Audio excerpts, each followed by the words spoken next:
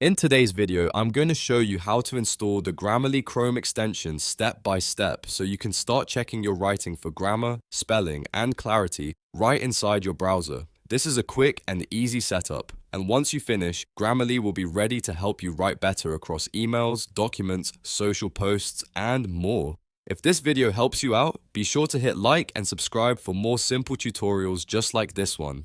Alright, let's jump in. First, open Google Chrome on your computer. You can do this from your desktop, taskbar, or start menu, depending on your device.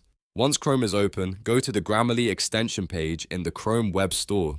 The easiest way is to search for Grammarly Chrome Web Store in the address bar, or if you already have the page open, just head straight there. On the Grammarly page, you'll see the extension details and an Add to Chrome button. Click Add to Chrome to begin the installation process. After that, Chrome will show a pop-up window asking you to confirm the extension permissions. In this prompt, click Add Extension to approve it. Chrome will then download and install Grammarly automatically. After the extension is added, Grammarly may ask you to log in to your existing account or create a new one. If you already use Grammarly, go ahead and sign in with your email or connected account. If you're new, follow the steps to create an account and get set up.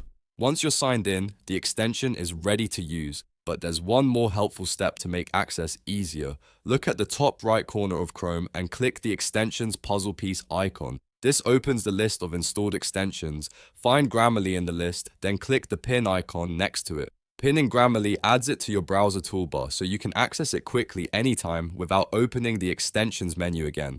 And that's it. Grammarly is now installed and pinned in Chrome. From here, you can start using it while writing online to improve your grammar and spelling with ease. If this tutorial helped you, don't forget to like the video, subscribe to the channel, and turn on notifications so you never miss a new how-to guide. Thanks for watching, and I'll see you in the next one.